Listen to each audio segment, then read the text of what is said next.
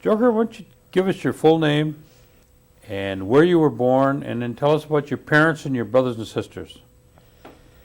Oh, well, I was born May 5th, 1918. And I'm pretty sure at them days I used to be born at home. You know, they never took them to the hospital. They all had midwives or something, what they call. And I had one older brother that died and one older sister that died. And then there was Daphne, the oldest living sister, and Verna Charles, she's living. And then I was born, and then I had another sister, Violet. She passed away. I forgot, what do you know? She was in the 50s. I don't know if it's 51 or 52. Yeah, we were all born out here on Seminary Road. At that time, they called it Second Ridge. Yeah, Second Ridge. How far down the ridge road there? Well, it's the second house from Old Seymour Road. South of Old Seymour Road. It was a second house there. The first house was Denis Hill, Martin Hill, and Sizzy. They lived there in that first, on the corner, that I remember. And the house going towards Seymour on that road is the old man called Cornelius. They call him Canadacta. And Gillos. I don't think they had any kids. But they lived there, and then on down the line, Christians lived down further. Okay. And I remember there was I think it was a cheese factory on that corner, on the other side of the road. But right where that farm is, I think in front of the barn there was an old cheese factory. But that they weren't using it when I was living. When I was when you were young. Huh? When I was young. Yeah. Okay, give me the names of your mother and father, and your mother's maiden name. My mother was Metaxen. And what's her first name? Minnie Metaxen. And she was going to school in Carlisle, and that's where she met Edgar Moore. And they got married, and then they come back, and then they built. I don't know if they bought that house or they had it built. So, and then he went to the First World War. And he come back, and he wasn't back very long. He went back to Oklahoma. He just left them. But she was getting money from the Oklahoma tribe for support. Your father's name, what was his name again? Edgar. Edgar, he was from Oklahoma? Edgar Moore, yeah. What tribe was he from? Pawnee. Pawnee. But my mother registered me at Oneida tribe, but Daphne and Verna, they were registered in Oklahoma. With Pawnee, yeah? Yeah. And, Violet was born later, but that wasn't her father either. Yeah. What about your grandparents? Do you remember them?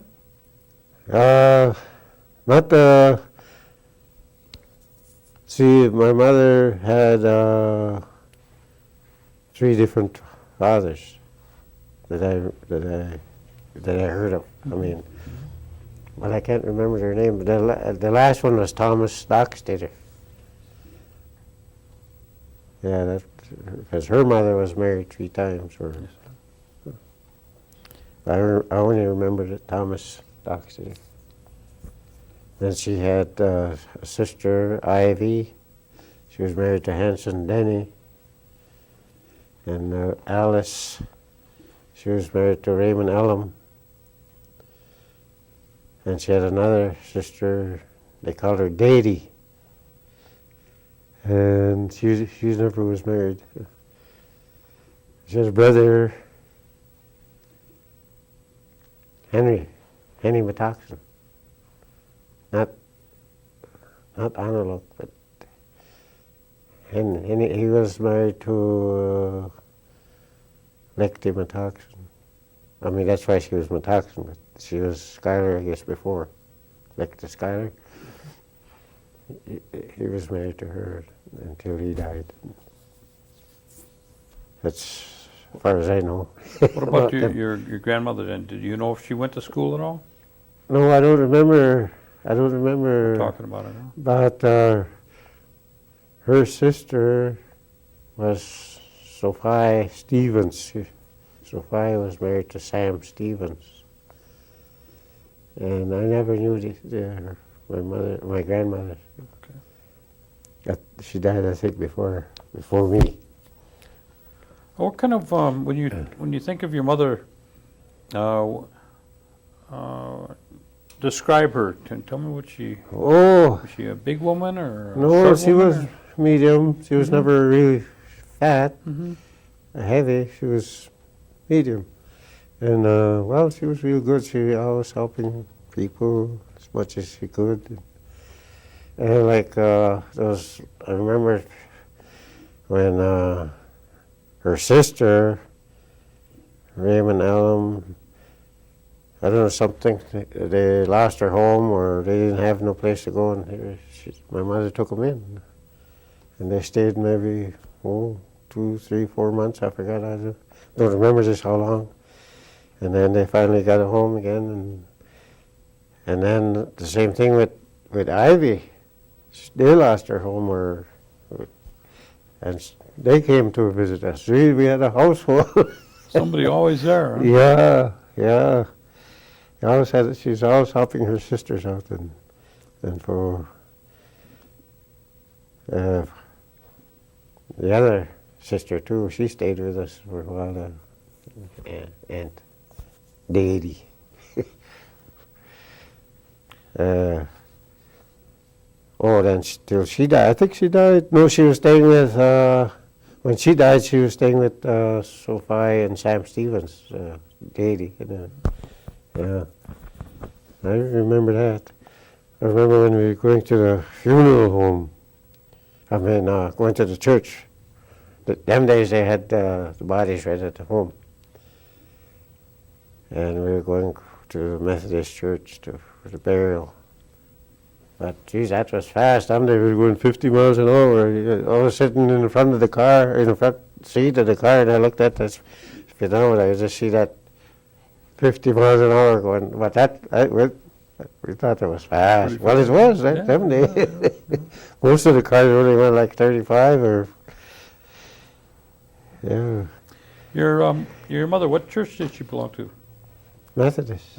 But later she joined down the Episcopal. Stone Church. And later on she lived with Isaac, or Isaac come live with us, Isaac Danford. And he practically supported us too, because he's always working. He was a woodsman, and he's always working in the woods. He'd go away, up to Neil Pit and work in the wintertime all winter and come back in the summertime. Well, I did a lot of that too. Well, and, your mother, she didn't work out, she just worked at home? No, she was always home. Yeah. She must have been quite a homemaker in terms of cooking. Yeah, she was a good baker and make all the cooking that has. Yeah. What about electricity and heat? Never had no electricity. Water? We had a pump outside. I remember when we were small, we'd have a pail of water on the washstand, In the morning, that'd be ice on Ice there. on there? Yeah. Yeah, and some days we used to get a lot more snow than we do now. I remember along the road there, we'd walk on them drifts. The telephone lines would be right on the snow. I mean, there was poles as high as they are now, but then where they sag down, it'd be right on the snow. I remember one time on that same road there, they had a big snowplow trying to go through. There's a big cat, and that couldn't even go through. They got all the neighbors, Joe House, they lived down the line, and Leonard John, and all them. They had to shovel down. They had to shovel the snow down before that big plow could go through. They had to, halfway. They had to shovel down halfway. Then they would make a track for one-way traffic, but there wasn't many cars then. Farmers had team of horses. Yeah, and for a while there, before they shoveled the road out, the farmers were taking their milk through the fields where with their horses. They'd go through the fields way out, because all the snow piled up on the road. When did you start school? I was kind of a mama's boy, I guess. 'Cause my sisters were going to school in Red Springs. Okay. And they took me there one time, and I cried till they brought me home. I get sick even, I guess. But I went to school at the Lutheran school here, and I went to school at the Catholic school. But I never went to the mission. It's just them two schools. Mm-hmm. You remember going to school with at the Lutheran school and the Catholic school? Oh, well, it was Carl Danford, Martin King, and Ray King, and Howard Denny, and Billy Buck, and Merlin House, and Duck Shoes. Ernie, I think Ernie, they were. Let's see. Oh, Floyd Skenador. They call him Deacon. That's John Skenador's boy. I don't know if he was married to Laverne. Duck Shoes. I mean, no, wait a minute. Floyd, wait a minute. Well, something I can't remember. Mm-hmm. Yeah. You went to the Lutheran school, then the Catholic school. And the Catholic school. When you finished the Catholic school, where did you go? It's a CC camp. What was the I only went to 4th grade, and then I went to CC camp in 1936, and I finished 8th grade at night school. What was the CC camp about? What did that mean? I mean, that's a civilian conservation camps. It was a government place of work for the poor people and that. And we did tree planting and all that, roadside cleanup up north. We had to send us way up to Long Lake, Wisconsin. Was there any other guys with you from one island? Oh yeah, there's a whole bunch of them. Clifford Cornelius was one, Warren House, and Ray King. I don't know if Martin King went. That was Ray's brother, Let's see. Them Norris, Skinny, he was. Well, there was quite a few. There was a whole bunch from Oneida that went up there. That was the first time we went. That was in 1936, the fall of 1936. About how old were you? Well, in 36, I was in my teens and maybe, let's see. Well, you had to be 18. Oh, okay. Yeah, that's right. You had to be 18. And then I just stayed 6 months. All of us did. Nick Skinner went too. And we came back. I remember before the CC camp, when I was about 15 years old, my mom rented me out to a farmer. They paid her, and I worked.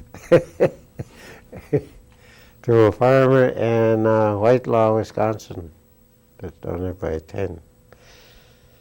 And I did all the work because he was working in town. For the first start milk cow, that's where I learned. I milked one cow. And pretty soon I was milking 2 cows, and pretty soon 3 cows, and ended up I was milking 13. Well, in that summer, during that summer, I worked all summer there. That's where I learned how to do farm work. And I did all the planting and seeding, or whatever, and harvesting. And he'd show me how to run the machine, I'd run it with 3 horses. I remember walking through them fields back and forth behind them 3 horses and the drag and all that. All day you walk. And this one horse knew when it was noon. He'd stop right there, and if he didn't unhitch, she'd lay down. It was, a gray mare, a big gray mare. And I'd hitch them, and they'd run for the barn. And I'd feed them, and then I'd go in and have a little lunch. And at 1 o'clock, I'd go back out again. And the horse knew when it was quitting time. 5 o'clock. I don't know. I didn't know what time. I never had a watch. Didn't need one. No. Yeah, I worked there just that one year. And after that, that's when I went to the CC camp. Yeah. Okay. Mm-hmm. Well, it wasn't right that next year, but it was a couple of years after. And I always worked wherever we could get work. We would pick beans and pick cherries and pick whatever apples and whatever we could make. I remember we used to go to the pier to the show for 10 cents. Go in the show for 10 cents some days. We'd pick beans that we'd heck and go to the show. And then I went to the CC camp again in 1939. This time I went to Blue Lake, that's at Minocqua. And I stayed 18 months this time. And I went to truck driver school and mechanic school at that CC camp. And then in 41, in March of 41, I got discharged from the CC camp, and April 9th, went in service. I was drafted, Went in service, we went to Camp Grant, Illinois. There was Stuart Webster, and I and Mike Dockstetter. And the Swamp. What the heck was his name? Joe Swamp. We all went in at the same time. We went 135th Medical Regiment, and from Camp Grant. Was there 11 months, and then we were shipped overseas. We went through 3 maneuvers, and we were stationed then at Camp Shelby, Mississippi. I went to maneuvers in Louisiana and South Carolina. And when we were shipped out, they shipped us by train to Indiantown Gap, Pennsylvania. Stayed there a week. They put us in cattle cars, standing up, full pack, you couldn't sit on a little, not, you just packed like sardines. Took us to New York, put us on a ship, the U.S. Parker,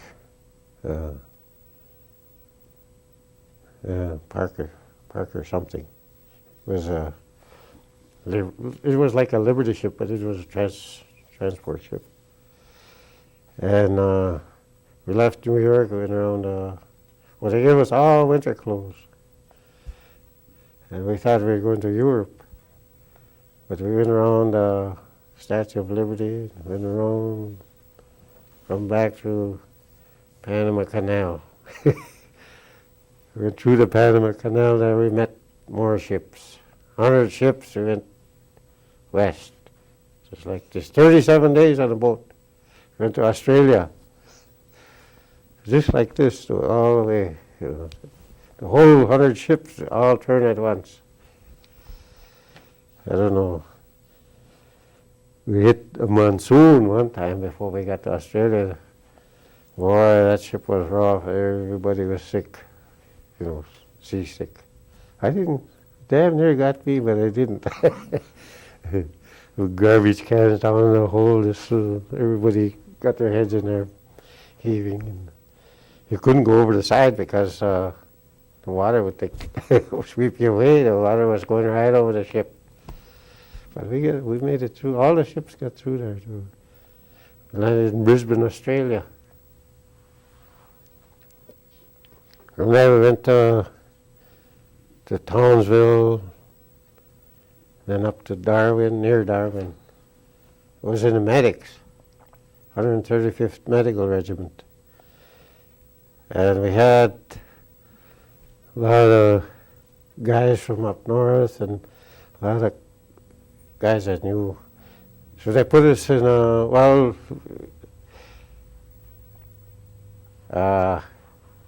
we were going to build our own hospital, that's what it was. So we had guys, carpenters and all that, and then we got to cut our own wood, our lumber. So we got another bunch from up north. They made a sawmill. And then they had needs of woodcutters. So Mike and they sent us out there with 8 of us. We go out and cut trees down and load them up and haul them back to the camp.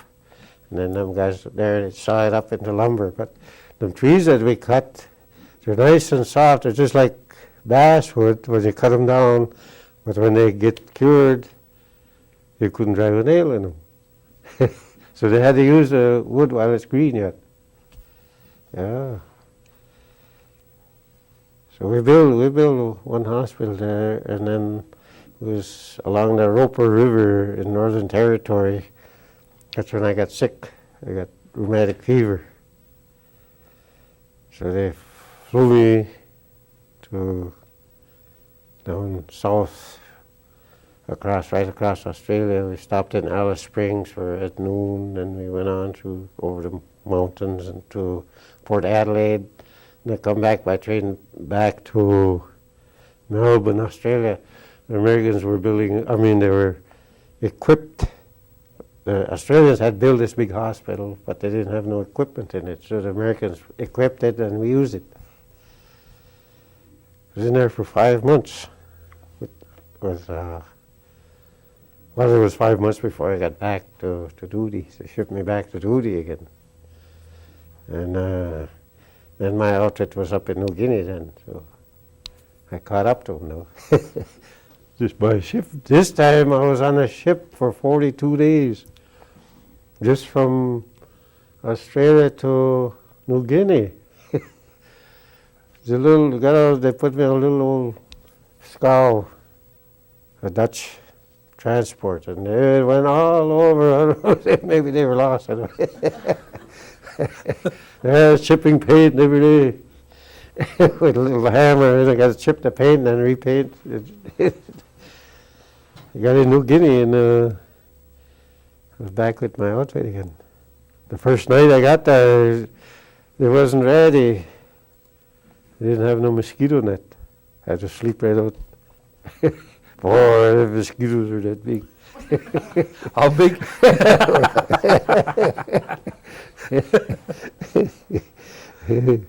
Yeah. Then we went on Carolina Island and another big push on Wakti Island, they call it.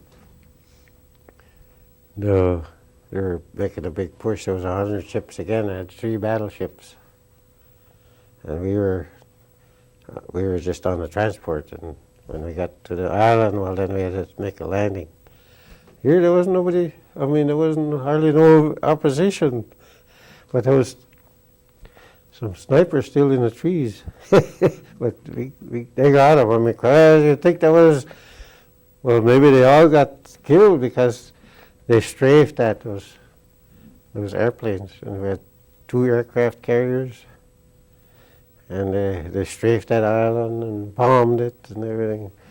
But here, when you get there, those Japanese had guns in the mountains. I mean, back in the caves, and they were on railroad tracks, and they'd bring them out and fire, and then they run when we'd fire back, then they'd pull it back in. Yeah, that's. And well, we went on all them. I don't know how many islands we hit. From one island to the other, and we finally got to the Philippines. We took that back, or we helped take it back. And I was in a motor pool, and I had to take care of all the ambulances, and we had 10 6x6s, and that was my job. So I finally got a raise. I mean, promotion. There was Tech 5. That's like a corporal. And when we got to the Philippines, and they gave me another raise. It was like a sergeant. And from the Philippines, then we got. Oh, you weren't. That's when they come out with that point system, and we could go home for a month, I think it was, back to the States for a month. But when we got back, then the war ended. They didn't send us back. We didn't have to go back. It was a discharge. Did you meet up with the guys you went in with later on? Yeah, we were Stuart, Webster, and Mike, and I. We all stayed in the same company. Oh, you stayed pretty much together In then. the same company. See, there was 9. Let's see, A, B. Yeah, 9 companies in the regiment, and we were all in Company A. Oh. Well, first Stuart was in Company G, but then, the Dean of St. Norbert's, Anselm Keefe, he was with us, because he belonged to that, National Guard, and he was with us, and he had his big dog with him. But he was a colonel. Oh. And he saw that we were from Oneida, and he kept us together. He had something to say about it, He kept us together, and at least the ones from Oneida here, except these other 2 guys, but they sent them to a different before we got to 135th. Yeah, they sent them someplace else. I think they went to Europe. So you came home? I came home 1945, August. In August of 45, we got discharged. So then I worked around here on different jobs, paper mill. And I was working at in De Pere at paper mill, U.S. paper mill. I didn't work there really. Oh, maybe not even a year. And I had to get married. And I asked for a Saturday off. He says, no. Took it off. Didn't go back. And Monday I went to the Union Hall in Green Bay. Geez, you just come just in time. Send me to work at Bayside Plant for C.R. Myers. They were building that, putting addition on Bayside Plant. And yeah, I worked there 6.5 years. And then I went to work got slack, and I went to work. I went to Milwaukee, and I got a job at Alice Chalmers. Worked there a couple of years. Oh, not quite 2 years. And I came back tonight and went back to construction again. Been working on construction ever since. I got to be an operating engineer on that. Heavy equipment. It was journeyman. Run any machine they had. Yeah, well, that's Now, you were talking about the guys that you went in with, and yeah. you mentioned some of the names, and there was a fellow by the name of Roundhead. Yeah. No, he didn't go with us, but. No, but I mean. Oh, yeah, he was.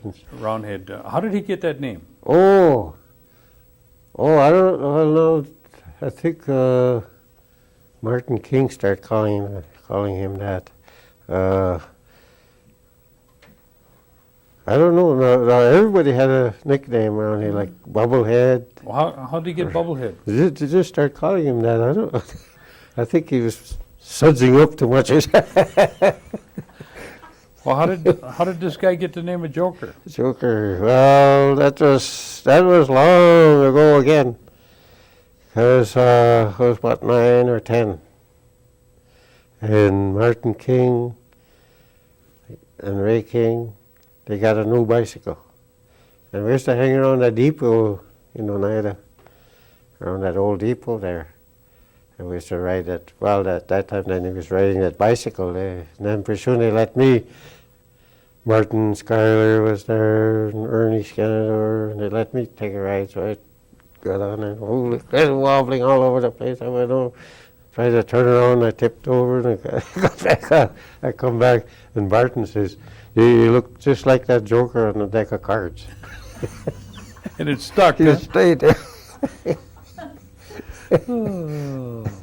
What were some of the other names? Like, we heard about Duck Shoes. How did that start? I don't know how Duck Shoes. Oh, he was jigging one time while we were older then, drinking, and he had these rubbers with the leather tops. You still wear them like those. And he was jigging the beat hell with them, and was not making no noise even. And somebody said, Jesus, you look like you got duck shoes on. It looked like he had web feet, I guess. Those rubbers. Yeah, that's how he got his. What about Billy Buck? Billy Buck. Well, they always call his family start calling him that. And Howard, they called him Snake. Why'd they call him Snake? He used to slink around, I guess. He was always doing something that. You remember a Harold Dockstader? Yeah. They used to call him Joe Brown. Joe Brown, yeah. Well, that's from going to the show, I think. Who the heck started calling him Joe Brown? One of these guys. For some reason, I guess he was always talking about that. Used to have Joe Brown in them Joey movies, Brown. yeah. Mm-hmm. Joe E. Brown. What about the other guys like Domi? Domi, or his brothers and sisters. One of them, I don't know if it was Loella, couldn't say his name. They just called him Domi. His name was Roman. And Chicken, how come Chicken, they start calling? That's the same thing that from the family, that come in with the family. I don't know just why they started calling him Chicken. Somebody used to make reference to him as the mayor of Oneida too. Yeah, yeah. Yeah, he was always, well, he was smart, you know. But whenever they'd get a job, and somehow he'd work around to get to be a water boy. I didn't work with them, but they worked on that highway when they changed the highway to Oneida there, and they worked on that, and I think that's where they. Well, no, he had the name Chicken before that, but and Jesse Schuyler, and Martin, all them guys, they was always around. How did you guys Yeah. used to get along with Spike and Billy Morgan? Sonny Matoxin, you remember Sonny Yeah, Matoxin? yeah, He was telling me, he said Billy Morgan used to always want to play ball with yeah. Yeah, the Oneida team. And, oh yeah, I remember them old ball players, Hilton Charles, Art Summers, and that Matoxin, that pitcher. He could pitch either hand. He'd pitch just as good right hand or left hand. He's a short guy. He's always lived out towards Vans Valley. He was a Matoxin too. Yeah. I can't think of his first name. And yeah, they used to have a pretty good ball team. And pretty soon little Louis, as the younger guys start growing up, and they'd start to play too. You know. I never played ball with them. I played in the CC camp, and I played in service when we had time. A lot of times we were behind, you know, we got left, and we'd play ball. But I never played like for these in a league or anything. I never played. Yeah, they had a team at Vans Valley. And Yeah, they had a team at Vans Valley and Gersaw and Oneida. And remember, they used to have a nice ball field right here behind Mark Paulus's, right behind Percy's house. The big field back there. They had a ball diamond back there. That's when all them older fellows used to play. Well, they were young then. The one's older than you. Yeah.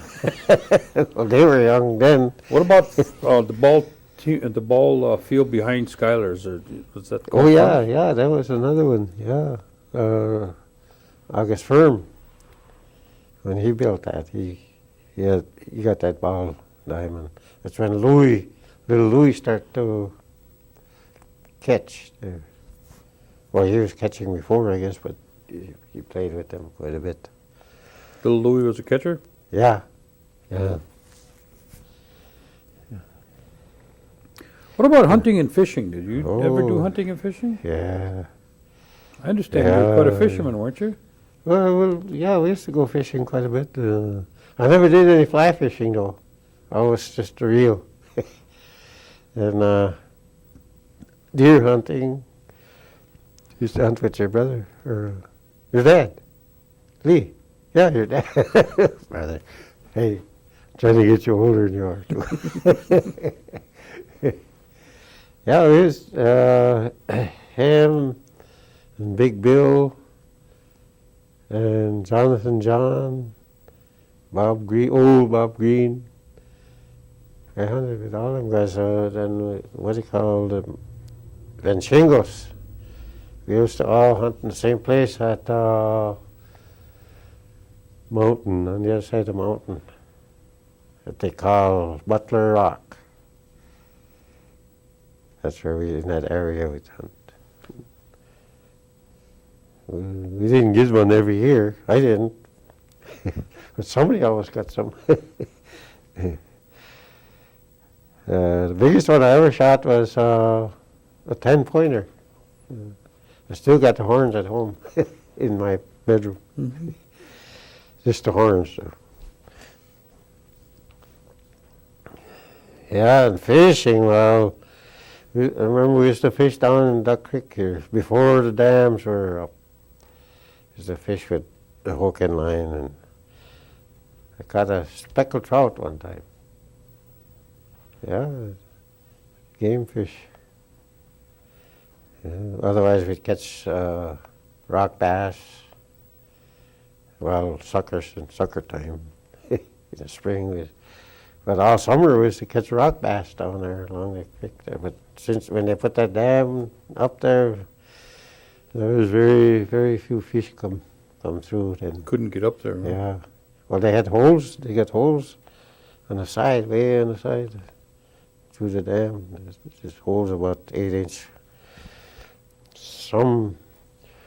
We used to get a lot of pickerel up here, and suckers.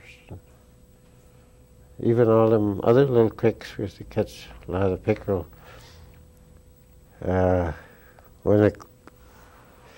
used to catch them with a treble hook, those pickerel. You'd see them along the bank.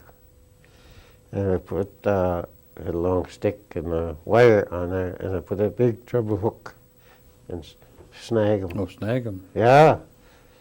You can just first they were using just the line, but you can't control that, you know.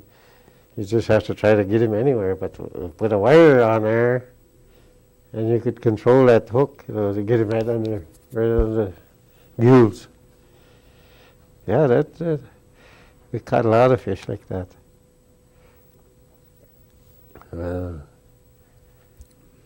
Pheasant hunting, that was fun.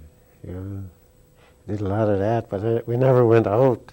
Like a lot of guys that go up to Dakotas, and I never went up there. Just around here. Yeah, I just fished around here. Well, I went out, I fished on Lake Michigan. Got some Oh, the cohos. cohos, yeah. I caught 2 of them one time. One was 37 pounds, and the other one was about 20, I think. Big. I remember one time Ben Green, that's when I was small yet. Ben Green and Dennison Hill. They used to fish with a spear along the Duck Creek. And Bob and I was just tagging along. And Dennison, well, they both saw it. They saw it was a big fish. Must have been that long. It was a northern. And finally, Dennison got it on the spear. He never took it off the spear. Got it up on his shoulder. He come out of the water, and the tail was still dragging on the ground. He had it on his shoulder, and he had the spear right behind the head. He carried it home like that. Boy, that was a Good size. fish. Yeah, that's the biggest northern I ever saw. Well, Dennison wasn't too tall, but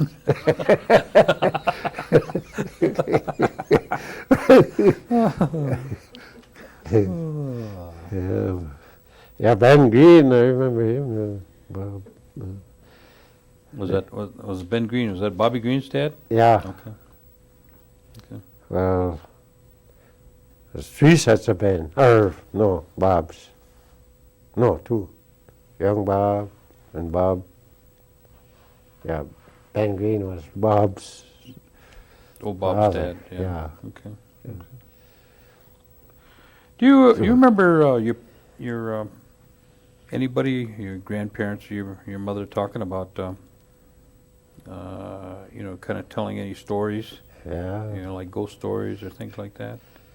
Few. Do you remember any of Few. those? I can't remember the whole thing. Mm-hmm. But they used to say there was witches around. Mm-hmm. I think it was Thomas. I don't know if they were drunk or what, but they were coming home, and pretty soon there was something walking alongside of him, and pretty soon it was standing up, whatever it was, and walking alongside him. Pretty soon he grabbed him by that. He always wore that red handkerchief. Them old guys, red handkerchief around their neck.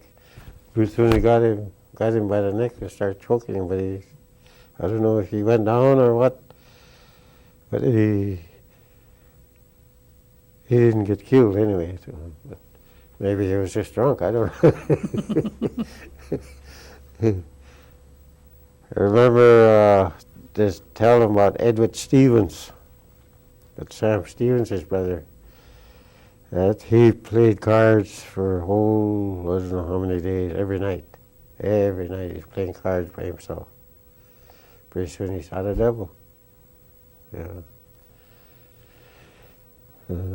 But I guess he didn't do anything to him. He was trying to get him.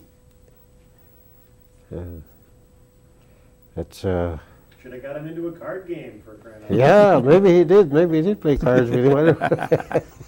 Like the guy on that music, that fiddler, he Oh, yeah. played the fiddle with the devil. Huh? Yeah, yeah. He's- yeah. There was a few stories, but I can't remember. They used to tell. A lot of times we go with some older people, and they go to visit somebody at night, and they sit there and tell. But most of the times, us young kids, we playing around. We didn't hear all the stories. We'd hear part of it enough to scare us. I used to see lights flying along the creek, just flying in the air like a fireball along that Duck Creek. We used to be scared to go down there at night when we were kids like that.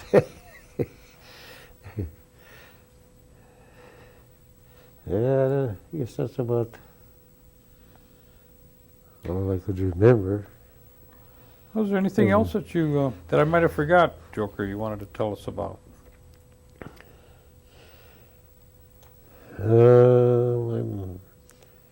My memory ain't too good anymore either. Well, I wouldn't say that. but We have an hour's worth of tapes saying different. I remember when I was not that high, just want, you could remember something. I was mad at my mom, and the door in the house, we had one door, but there was no door in it, just an opening.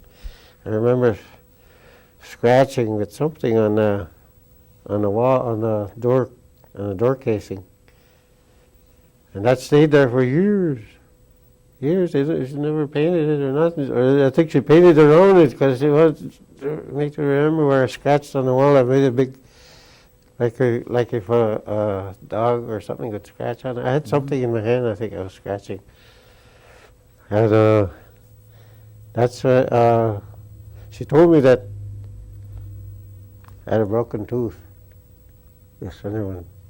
She said I fell down with a bottle.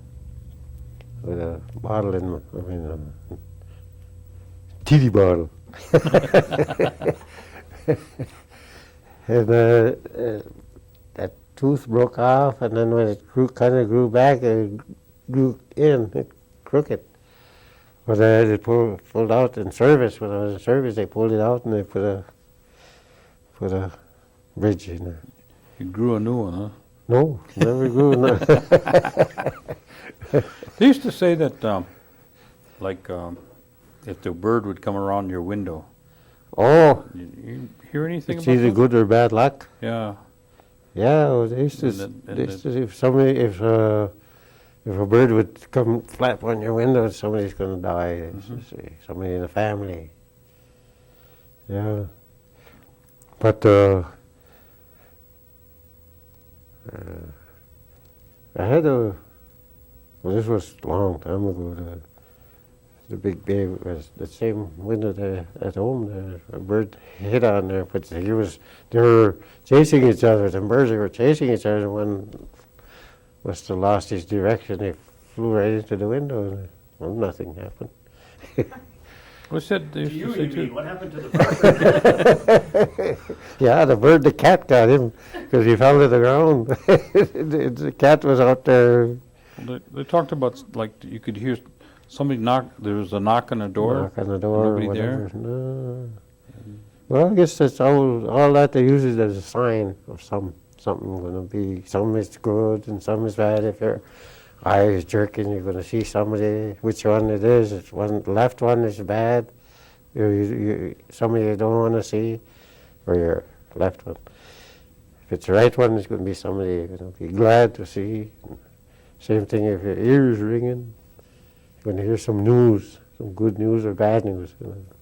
That's what they used to use. They used to say too that something like the a cure for the St. Vitus dance. Did you ever hear anything about that? Not too much. Not too much. Something they had to blow on the back of her. They took some kind of medicine from some weeds or some plants or something, and they ground it up and made tea.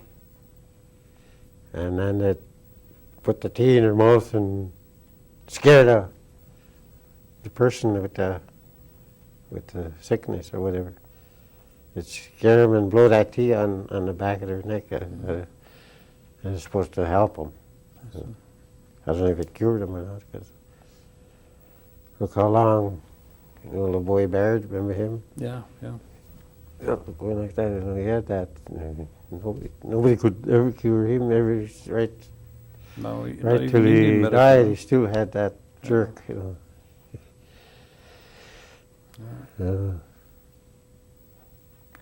Yeah, they had a lot of different medicines for this and that, but I guess you really had to go into it to Your make parents it. were never gone into that, huh? No, not really. They talk about it, but they never. Okay. No. Well, if you had any advice for the young generation, what Okay, hang on, Gordon, I want to change batteries for you. what if might be Yeah. too painful? Okay, we'll But otherwise, I was just going to ask you if you wanted to give any advice to the kids. Oh, well, the only thing that I would say is try to get to school. Try to get to school because it's most important when you grow up. I often could kick myself a lot of times for not going further, going further. I never went to high school, but I was made out. Every job I had, I always got ahead a little. My downfall was drinking when I was younger. Drinking, oh boy, even after I was married. I went to AA a few times, but fell off.